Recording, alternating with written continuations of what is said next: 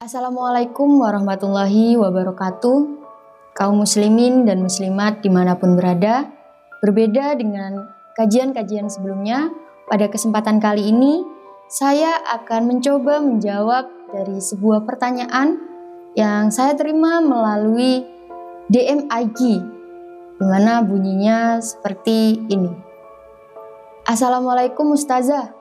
Mengapa antum dan orang-orang NU itu gemar sekali yasinan dan tahlilan pada acara kematian? Bahkan antum seperti berusaha memelihara tradisi yasinan dan tahlilan. Bukankah acara yasinan dan tahlilan itu tradisi dari Hindu Buddha? Bukankah itu termasuk dalam bid'ah? Bukankah setiap bid'ah adalah dolalah? Atau sesat? Bukankah setiap kesesatan itu dosanya lebih besar daripada menzinai ibu kandung? Oleh sebab itu, sebaiknya antum segera meninggalkan tradisi yasinan dan tahlilan, karena tidak pernah dicontohkan oleh Rasulullah SAW maupun dicontohkan oleh para sahabat. Sekian, wassalamualaikum warahmatullahi wabarakatuh. Baik, bismillahirrahmanirrahim. Alhamdulillah wala ilaha illallah wahdahu la syarikalah.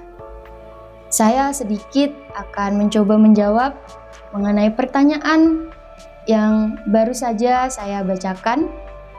Membenci tradisi yasinan dan tahlilan pada hari-hari kematian saudaranya sesama muslim, bahkan saking bencinya pada acara tahlilan dan yasinan hingga mengatakan bahwa dosa yasinan dan tahlil itu lebih besar daripada zina dengan ibu kandung sendiri. Naudzubillah min dzalik. Begitu pentingnya mereka karena terdorong dari mungkin dangkalnya pemahaman mengenai agama Islam, atau mungkin karena terdorong oleh rasa hasad, yakni rasa iri dengki pada sesama saudara muslim. Sehingga orang-orang yang gemar mengadakan yasinan dan tahlilan itu banyak sekali diserang dari segala arah. Tetapi mereka masih yasinan dan tahlilan, sehingga sampai dituduh orang yang melakukan yasinan dan tahlilan tidak mendapatkan pahala, tetapi mendapatkan dosa. Bahkan dosanya lebih besar daripada menzinai ibu kandungnya sendiri. Na'udzubillahi min dzalik. Jangan gara-gara terdorong oleh rasa benci, terdorong oleh rasa iri hati, kemudian berfatwa seenaknya, tanpa memandang kaidah-kaidah usul fiqh yang mendalam. Kita menjadi orang Islam itu harus pandai, menjadi umat dari Nabi Muhammad SAW itu harus cerdas, cerdik, dan bijaksana. Sebagaimana Rasulullah dan para sahabat yang cerdas, cerdik, pandai, dan bijaksana dalam segala hal. Ingat, Al-Quran itu sudah sempurna, hadis juga sudah lengkap. Akan tetapi, berbagai macam masalah dan tradisi di seluruh dunia itu tidak bisa sama persis dengan yang terjadi di Arab. Oleh sebab itulah dibutuhkan adanya kaidah usul fiqh untuk menjawab berbagai macam masalah yang muncul di berbagai daerah di seluruh dunia, yang tentunya sesuai dengan Al-Quran dan Al-Hadis. Dalam ilmu usul fiqh dijelaskan bahwa bid'ah itu bukan hukum, tetapi bid'ah itu justru merupakan salah satu masalah yang harus diisi 4 hukumnya. Jadi apakah hukumnya haram, ataukah wajib, ataukah sunnah, ataukah makruh, atau mubah. Karena hukum dalam Islam itu hanya ada 5, yakni wajib, sunnah, mubah, makruh, dan haram. Jadi tidak ditambah bid'ah menjadi hukum yang ke-6. Oleh sebab itulah bid'ah yang sesat dan haram itu adalah bid'ah yang bertentangan dengan syariat agama Islam, seperti menambah atau mengurangi atau bahkan mengubah aturan syariat Islam yang sudah baku, terutama yang ada di dalam rukun iman dan rukun Islam. Ya, sekali lagi yang perlu saya tekankan, menambah atau mengurangi atau mengubah syariat Islam, terutama di dalam rukun iman dan rukun Islam. Seperti 2 kalimat syahadatnya ditambahi. Jadi kan sebagai syarat masuk Islam itu cukup mengucapkan 2 kalimat syahadat, yakni asyhadu alla ilaha illallah wa asyhadu anna Muhammadar Rasulullah. Tapi ada orang atau oknum yang sengaja menambahi dua kalimat syahadat tersebut sebagai syarat masuk Islam. Jadi syaratnya itu ditambahi, misalnya dan sesungguhnya Ali, misalnya dan sesungguhnya sebagai wali Allah, dan seterusnya. Jadi itu bid'ah, karena sesungguhnya syarat masuk Islam itu cukup mengucapkan dua kalimat syahadat saja, tidak perlu yang lain-lainnya.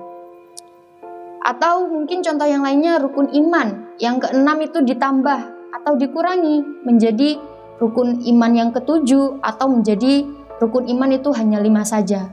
Nah itu bid'ah dolalah. Atau contoh yang lainnya, membuat aturan sholat yang awalnya 5 waktu dalam sehari menjadi 3 waktu dalam sehari semalam.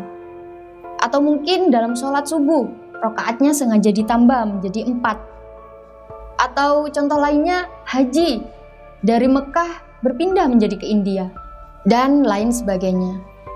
Jadi kalau sengaja untuk menambah atau mengurangi atau bahkan mengubah dari aturan syariat Islam yang sudah baku, terutama yang termasuk dalam rukun iman dan rukun Islam, itulah yang disebut dengan bid'ah dolalah atau bid'ah yang sesat.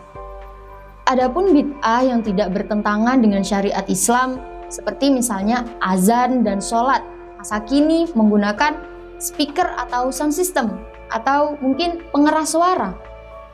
Contoh lainnya, kita berangkat haji hari ini, kita naik pesawat. Dan banyak yang mengeluarkan zakat fitrah menggunakan uang, tidak lagi menggunakan bahan makanan pokok. Dan acara ratapan kematian dari tradisi Hindu-Buddha diganti isinya dengan membaca Al-Quran, surah Yasin, serta tahlilan. Semua itu adalah bid'ah. Bid'ah karena zaman Rasulullah dahulu tidak ada speaker untuk pengeras suara. Nah, sehingga pada saat itu sholat tidak menggunakan speaker atau pengeras suara. Berangkat hajinya pun tidak menggunakan pesawat, melainkan naik unta. Zakat fitrahnya juga menggunakan makanan pokok, tidak menggunakan uang. Begitupun dengan yasinan dan tahlilan. Juga tidak ada pada zaman Rasulullah. Tetapi semua itu adalah bid'ah karena tidak dicontohkan oleh Rasulullah SAW. Begitupun juga tidak dicontohkan oleh para sahabatnya. Tetapi apakah semua bid'ah itu termasuk dalam dolalah? Jawabannya adalah tidak. Tidak sama sekali, walaupun bid'ah tetapi yang hasanah, yakni bid'ah yang baik, bid'ah yang tidak bertentangan dengan syariat Islam. Itu tadi, meskipun yasinan dan tahlilan itu tidak ada pada zaman Rasulullah, tapi bukan berarti itu adalah sesat. Wallahu a'lam bishawab. Itu tadi sedikit jawaban mengenai pertanyaan yang mungkin banyak berseliweran dan banyak mengganggu kita. Semoga sedikit jawaban tadi dapat memberikan sedikit pengetahuan dan menambah referensi bagi kita semua. Terima kasih. Wassalamualaikum warahmatullahi wabarakatuh.